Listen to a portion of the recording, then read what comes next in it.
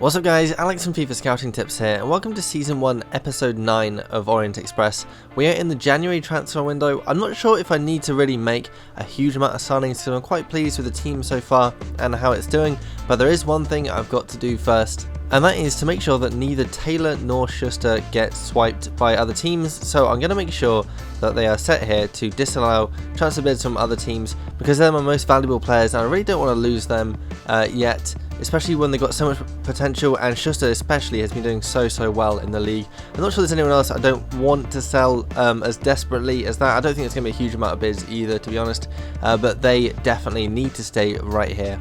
Okay, it's just the 2nd of January, but already we've got our first transfer offer. This one to Lloyd James, and it's from Derby County. We're offering £550,000 for him. Now that could add quite a decent amount to our budget. We've got 1.3 million at the moment, and get up to almost 1.9 million if I did accept that, but I don't think I will, to be honest, because he's the leading assist maker in the league. He's created 7 goals so far, so he's really valuable to the team, and he's one of my best players, high 60s rating, and I think until I get a ready-made replacement for him, I don't want to sell him just yet. I mean, it would be useful to have the money, but we're not desperate for it, so I think we can turn that one down. In fact, I might reject all offers from him, but just because, like I said, he's a really good player in midfield, I don't really have a replacement for him just yet, so I will reject that one and say no to Derby. Okay, a piece of good news, Vietri is coming back from injury. He won't be fully fit just yet, but he'll be back pretty soon, I think, which is good news because he's got quite a bit of pace for a centre-back, so he's a very useful player. And we've also had this message from Gary Woods. He's our backup goalkeeper behind Taylor, and he's asking for a wage increase. I think I'm going to get rid of him long term, but not just yet, because he's quite a good backup. I don't want to sell him in the January window just yet, so we don't get him too annoyed about not being paid very much, so let's go and see how much he wants. Okay, he's currently on 2,600, quite a lot more than Taylor actually, even though Taylor's rated quite a bit better than him. But he's on 2,600 and he wants 3,900, which in the grand scheme of things is not really a huge amount.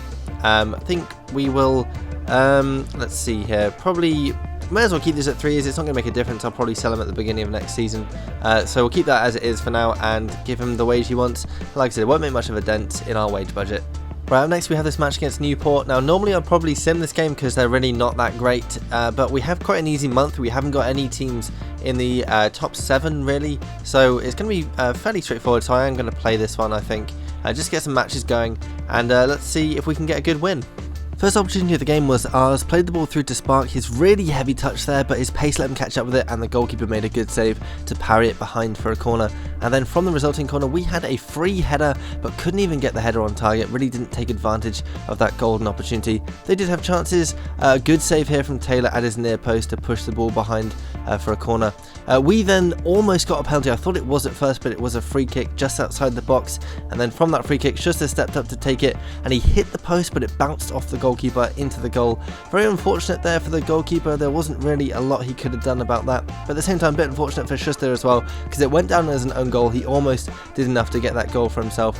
Came in at halftime 1-0 up, only had 39% of the possession once again, as usual being dominated in possession, but we had 4 shots, 2 of them on target. They only had 1 shot in the half, so I think on the balance of play we deserved to be 1-0 up in terms of shots on target. We were more attacking.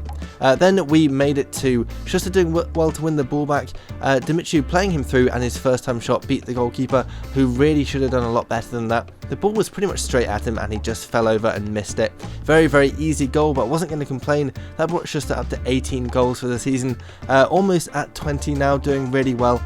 We had more chances. He almost got a second, holding off the defender, but a good save by the goalkeeper there. And we paid off in the end all the hard work.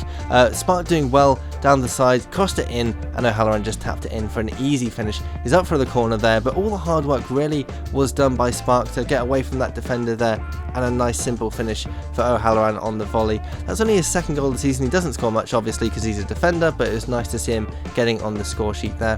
And then we made it 4 with Bresson picking up the ball in his own half, and he just ran and ran and ran. No one could catch him, and he burst free. Other defenders had a shot which was blocked, but it managed to creep into the corner of the goal.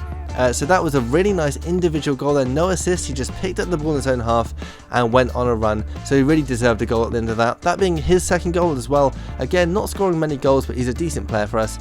We could have had more. A poor clearance by the goalkeeper. Bresson headed it back to Schuster, cut inside his defender, but a good save there by the goalkeeper. Managed to recover. and the game ended there at 4-0. We had 10 shots, 6 of them on target, got the possession up to 43%, which is a little bit better. They only had 1 shot though in the entire game, just no attacking intent at all. For all their possession, they were not going forward. They didn't trouble our goalkeeper or our defence whatsoever. In terms of ratings, James got a man of the match with 8.2, Taylor got an 8.1, O'Halloran 7.7, Bresson 7.4, Schuster 7.2, loads of really good ratings there. So it was a very, very good win, 4-0 away from home. Right, some more training, and I've swapped in Laird and Bresson because they're pretty close to growing up a level, so I'm confident that if they do okay, they will grow, and same with Jacob as well, he's right on the edge. So yeah, Laird and Jacob have grown, got an A and a B, so that's pretty good. Bresson didn't quite grow, he's still right on the edge, and same with Taylor, he hasn't gone up, but Laird and Jacob did very, very well there, and they look like they're not too far off the next level as well. Right, a good piece of news here, Gary Woods has just accepted his contract offer. Right, we've got this game against Barnet up next. I'm going to sim this one though, because like I said earlier in the episode, they're not really very good, they're not going to be too challenging a match, so I'll just get through it quickly. And yeah, see what I mean, we win 4-0, so that's a really, really good result, and well-deserved win, I think. Okay, another training session, and I've swapped out a few more players. This time I'm putting Stokes and Martin, our wingers, try and get them a bit more advancement there, I think, with some dribbling and that kind of thing. And we've got some good results there. Taylor's gone up a level, and Bresson has finally gone up one. Martin and Stokes didn't, but it's important to see Taylor going up a level at least, being a bit more solid at the back. So some decent results there. So I've had an idea. I think I might actually sell Essam because he's not a player I use that often, to be honest, and I want to kind of clear some space to promote Meixner, my centre back. He's rated 60, so he's only 3 points behind Essam, and he's like 16 years old, so much younger, and it'll give him much more of a chance to play some games. I don't really want Essam sort of whining about not playing and not being able to do anything about it, like not being able to sell him on after the transfer window is closed. So I'll sell him now, I think. And then, like I said, that'll make some room for Meixner, promote him, and then get him some games, and hopefully he will grow nice and quickly. So let's see if we can get some offers for Essam. Well, first of all, we have this offer for Baudry before we do anything else, and he's another one of our centre-backs, but he's a bit better than Essam, and he's in good form. I want to try and keep hold of this guy, really, because he's more important, and they're not even offering his value, even though he's not got less than a year on his contract or anything like that. They're just not offering his proper price, so I'm going to turn that one down and see if we can get an offer for Essam. So next we have this match against Morecambe in the league. They're not doing very well. I think they're right down the bottom in the relegation zone. So I'm going to play this game because it's an opportunity to score a lot of goals, get some players in good form, and hopefully they'll grow a bit better. So let's see if we can rack up another heavy win. Took a while for the first opportunity of the game, but Cox did well to win the ball back and then decided to take on their whole defence and pretty much beat all of them. He had a shot which was parried by the goalkeeper, and Bresson hit the post on the rebound from about half a yard out. Unfortunately he was offside, but we did make up for it. Bresson doing well to get the ball back, and then it was 3-on-2. He played Spark through on goal, whose first effort was blocked by the keeper, but Schuster just mopped up the rebound. A really easy goal for him there, but it was good positioning and good awareness of him to just sweep it into the empty net. That being his 19th goal in the season, 1 away from getting to 20. Got to half time and it was 1-0 to us. We had 9 shots with 6 of them on target, only 44% of the possession, but it didn't matter when you have that many shots and you're 1-0 up. They had 2 shots, but none of them were on target. They just didn't do enough to capitalise on their chances. They came pretty close though in the second half. A good shot there beating Taylor, but ricocheting off the post, unlucky not to score that one there. And we weren't phased though. We had an effort on goal, and then there was a bit of a fast. They couldn't get it clear, and Spark just knocked it into the empty net. A bit of confusion there. The goalkeeper tried to clear it, kicked it into his own defender, and Spark then reacted quickest to knock it into the goal. That was probably the easiest goal that he's ever going to score, but I don't think he's going to complain. That being his 4th goal of the season, kind of overshadowed by Schuster understandably, but it's nice to see him getting on the score sheet. And then soon after he was at it again. A great through ball by Schuster, and Spark's pace taking him away from the defender, and he slotted it into the bottom corner. His pace just too much to handle by the Morecambe defender there, and it was a lovely pass from Schuster on the counter attack to get him going. So that now his 5th goal of the season. Hopefully he'll score many more now. Like he said, he has been a bit overshadowed by Schuster, but I'm sure he'll get more. And finished there 3-0 with 13 shots from us, 10 of them on target. We had 44% of the possession. Once again, kind of overshadowed in possession, but they had 5 shots, 2 of them on target. They had a few more than the first half, but they really didn't do enough there in that game, and it was a good 3-0 win. Spark getting an 8.5 rating, actually overshadowing Schuster, who got an 8.4. James got a 7.5, which was pretty good, but that game was all about our strikers. They had no answer to them. They just could not handle our attacks, and we did really, really well. So it was a very, very good 3-0 victory. So straight after that game, it's time for some more training. I've put in Meixner, the centre-back I was talking about promoting, because he's almost up to the next level, make him a bit better for when he comes into the first team. And I've also replaced Taylor with Horgan, just to try and raise his level up a bit, in case you want to promote him or sell him after we get him. Whatever we want to do with him, it's good to have him as high a level as possible. Same with all our players really, of course, so hopefully we'll do well in this one. And yep, Horgan has grown, and so has Meixner, so that's really good to see. Martin right on the brink now, and same with Stoke, so that they should grow pretty soon as well. Not long after that, we've had an offer for Connor Essam, our centre-back, who's now on sale from Shrewsbury, and they're offering 250,000 and his value is 275,000. So I think I might just put it up a little bit to 300,000 and see if they want to negotiate, because I want to get at least what he's worth. And there we go, they decided to match it, so we'll get a bit more money into our budget and we'll make space for Meixner. So now that we know that Essam is on the way out, we can promote Meixner. Let's have a quick look at his stats before we do that. He looks pretty good, pretty pacey for a centre-back, which is always really good to see. I'm sure his technical stats will catch up quickly. He's rated 61 at 16 years old. Don't worry about him being 5'7". When he gets promoted, he'll grow, because basically players grow when they get to 17 or when they get promoted. If they're not already 17, they will grow. So he won't be a 5'7" centre-back, he will be taller than that. And he's got 87 to 94 potential. He is going to be really, really good player in a few years to come. So let's offer him a 3-year contract on £500 and he'll accept that, and we'll go and have a look at him. Right, two pieces of good news. Essam has been sold to Shrewsbury and we've got £250,000 in the budget, and Meixner has accepted his offer. So let's go and have a look at what he looks like in the squad report. So here he is, he's 61 at 16 as we already knew, and most importantly his status has potential to be special.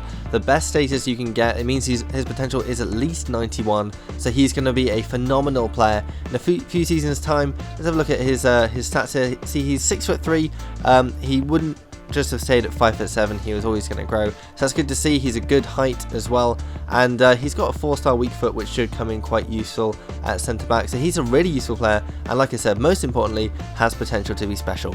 Right, final game of the month, we got Crawley. Once again, I'm going to sim this one because they're not doing great in the league, and our scouting reports are just around the corner, so I want to get to them quickly.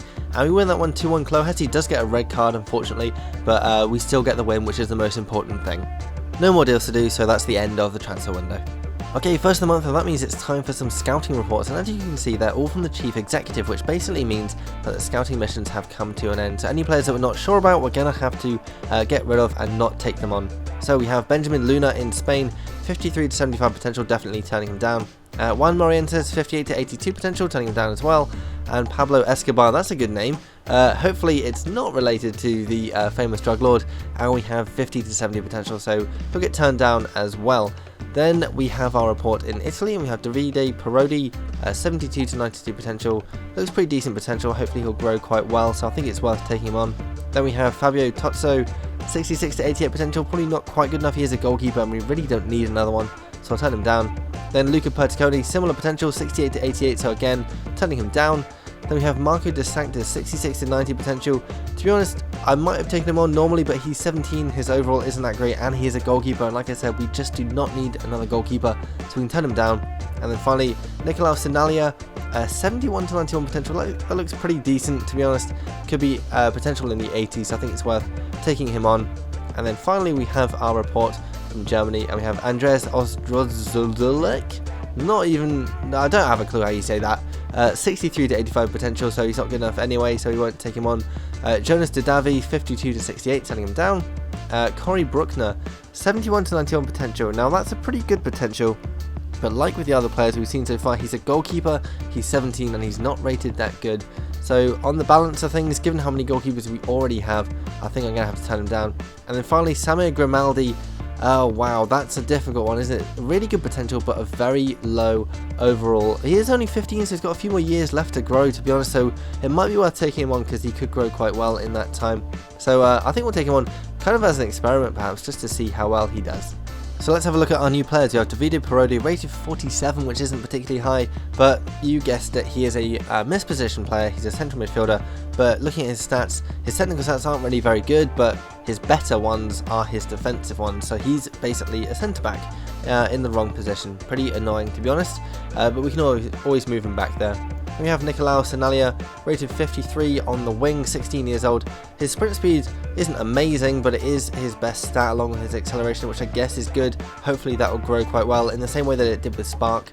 And then we also have Grimaldi, rated 39. Wow, that is a pretty terrible overall. He has got very high potential though, so we're going to have to wait and see how he does. He's probably more of a defender than an attacker, I'd say, so probably another misposition player, but it really does hurt me to see an overall that low.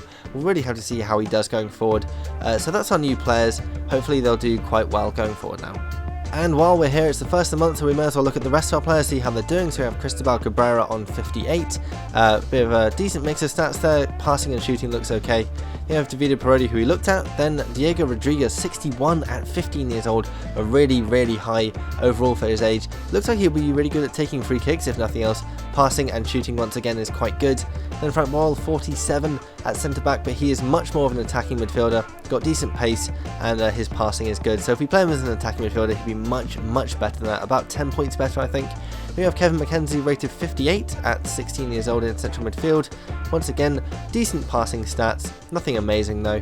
Mark Jacobs, 63 at 15 years old, once again a stunning overall for his age, one of our better goalkeepers.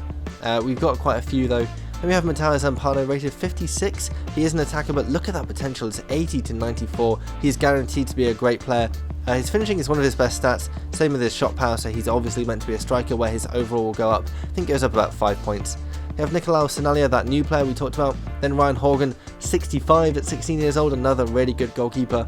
Then Grimaldi, who we just looked at, and finally Tom Stevens at 49. Once again, another misposition player. He's actually much better up front. He's got quite good pace, so he goes up about 10 points if you play him as a striker. So that's how all of our youth players are doing this month.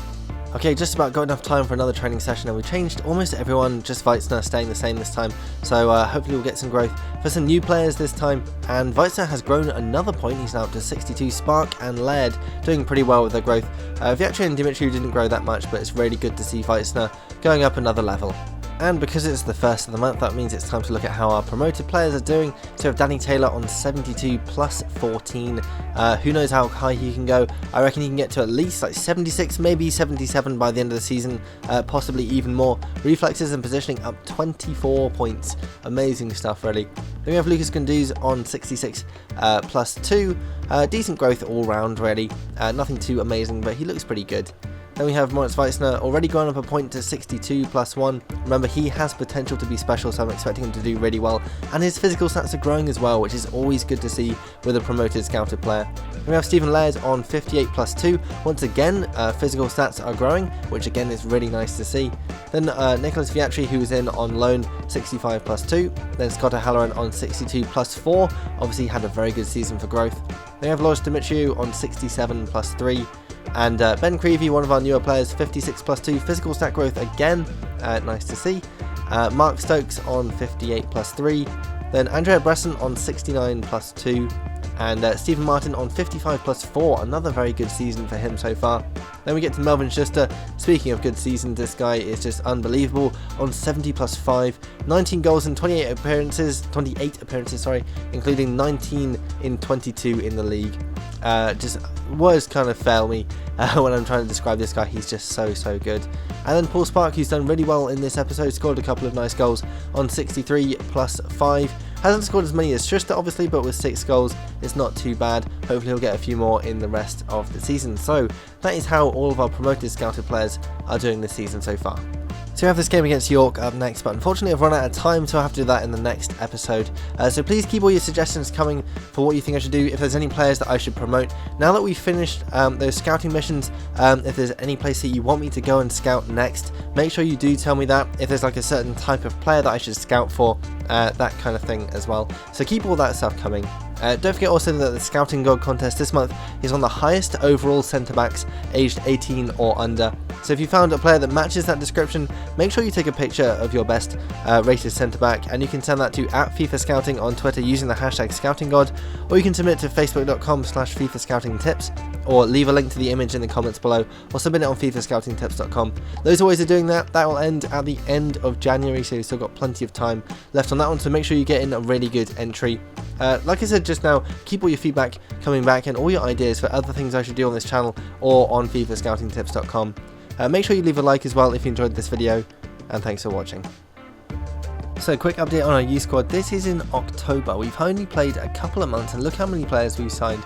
Just going to scroll through them now, all looking fairly decent. There are some which I might get rid of, like this one here,